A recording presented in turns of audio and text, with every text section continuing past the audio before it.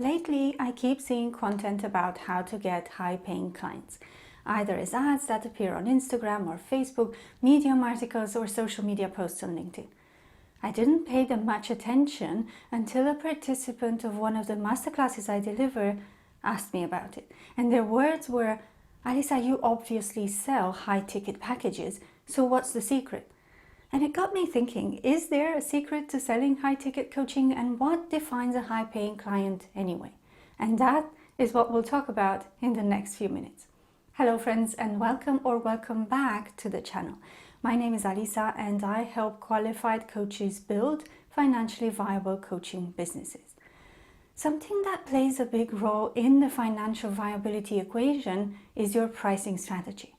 I'm not going to talk at length about pricing in this video, but I think it's important to bring it up since we'll be talking about high-ticket coaching. More specifically, what defines high-ticket coaching, how are high-paying clients different than other clients, and how to get them to buy your services. So grab a drink and let's jump straight in. What is high-ticket coaching anyway? I did some research before filming this video, like I usually do, and I couldn't find an exact definition of what is considered to be high-ticket coaching. There is no general consensus over what the price threshold is above which a coaching package would be considered high-ticket, and at most what I could find was a range. However, from what I could gather, the concept of high-ticket coaching is looked at in relation to the yearly revenue a coach could make in their coaching business with the aim of reaching 6 figures. In other words, the minimum you would charge a client for a coaching engagement in order to make 6 figures in your business with a full practice is the lower side of the high-ticket range. With that in mind, let's do some calculations together. But first, we'll need to make some assumptions. The first one is that you'll be selling one-to-one coaching or blended packages. That is because this is the least scalable option. There is only so many one-to-one sessions you can do before you run out of available hours in the day. The second assumption is that you're a full-time coach working 40 hours per week. The third assumption is that you'll take 4 weeks of holiday every year and not overwork yourself. Really important. And the fourth assumption is that you'll be spending about 30% of your time engaged in coaching activities. This last one is not really an assumption, but it's reality. I talked about this before. You can expect to spend 70% of your time doing business development activities in your business and only 30% coaching. This is the case for me, my clients, and the tens of thousands of coaches who answered ICF's latest coaching survey. Okay, now that we have our assumptions, let's do the calculations. Working a 40-hour week and spending 30% of it coaching means you'll coach for 12 hours every week. That does not mean 12 clients per week though. Remember that you need to prep for the sessions, write notes and reflections afterwards, and coaching clients back to back is very hard. The most I can manage in a week is 6 clients, so let's go with that. Assuming you'll be seeing them every month, that comes to 24 clients per month, a set of 6 each week for 4 weeks. Remember that you're taking 4 weeks holiday, hence why I'm counting 4 weeks as a full month. It doesn't always work like that, but given that they purchased a coaching package, it will kind of even itself out. Now let's say you spend 6 months with each client. So for the first 6 months of the year, you'll have 24 clients. And for the next 6 months, another 24 for a total of 48 coaching clients per year. That is in theory a full coaching practice if you only offer one-to-one services. Now, 100,000 pounds, dollars, euros, whatever currency you work in, divided by 48 equals just over 2,000. And this figure is consistent with the range I found online for high-ticket coaching, which started at 2,000. I've shared this calculation because if you see this number online, I want you to know where it's coming from and how it was arrived at. We've made some assumptions here that I think are decent, and although I don't believe that everyone dreams of this overhyped 6-figure business, I've performed the calculation in the context in which high ticket is viewed online and the advice that is available out there. If your goals and aspirations are different, or if you're not looking to work full-time, for example, or you offer 1-year packages instead of 6 months, you can change these assumptions and therefore your calculations will lead to a different figure. But generally speaking, this £2,000, dollars, whatever threshold is one that I came across often in my research. That being said, you don't have to hold on to this figure or to think that anything below it is not high ticket. After all, although we perform these calculations based on our own aspirations and time limitations as coaches, ultimately it is not for us to determine if a price is high ticket or not, because we are not the ones buying our services. It's up to the client to decide if the price is a premium one for them or not. So you could be selling packages for $2,000 that are considered to be very affordable in your niche, while clients in a different niche would consider $2,000 to be high ticket.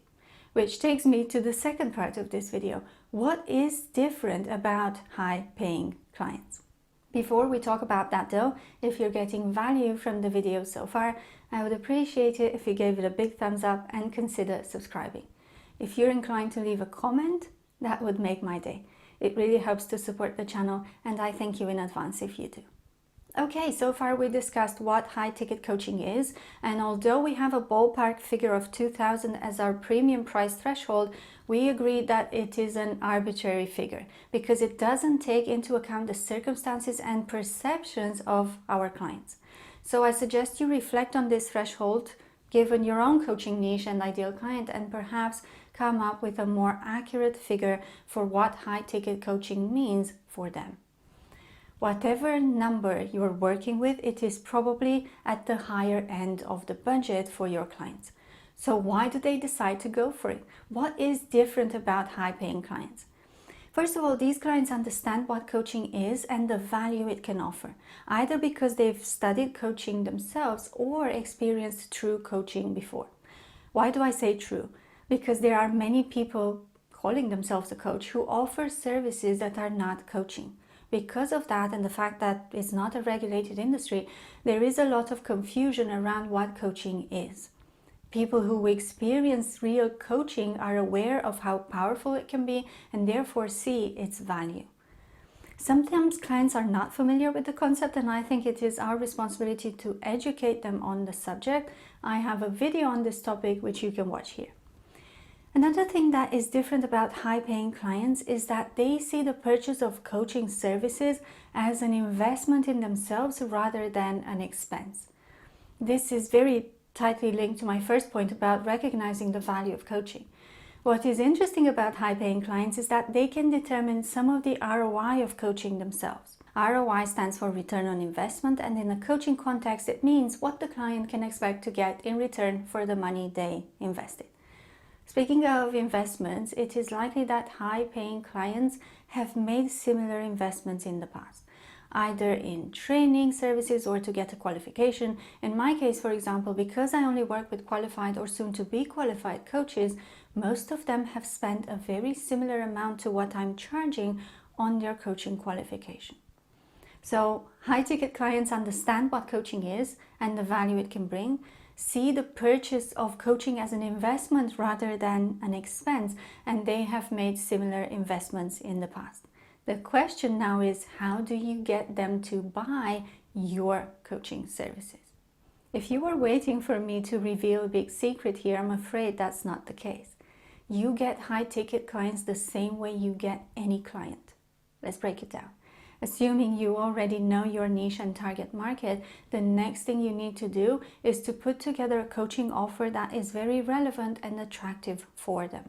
I talk more about how to do that in this video. When you price that offer, make sure that you detach yourself from the price tag. Remember that this is the client who perceives whether your package is high ticket, not you. And if you need to resolve some money mindset issues around that, work with a coach to do so. You don't want your own beliefs about money to interfere and influence the client's beliefs and perception. And if you think they're not transferable, think again. When you conduct a sales call, what you say matters just as much as how you say it. And you need to believe in the value of your offer before the client can do so. Speaking of sales calls, if you're looking for some tips on how to structure a discovery call or chemistry meeting, whatever you want to call it, watch this video where I share my 5-step process for conducting introductory calls with prospects. And that concludes today's video on high-ticket coaching, what is different about high-paying clients, and how to get them to buy your coaching services. The advice that we see online about how to get high-ticket clients is essentially the same advice for getting any client. But the promise of 6 figures is appealing. The authors of those articles or videos know that, and therefore they leverage it. That is sometimes called clickbait. I hope this video has offered some perspective on high-ticket coaching and has also reassured you that you don't have to do something out of the ordinary to get high-paying clients. Thank you so much for watching. I'm Alisa, and I'll see you in the next one. Bye.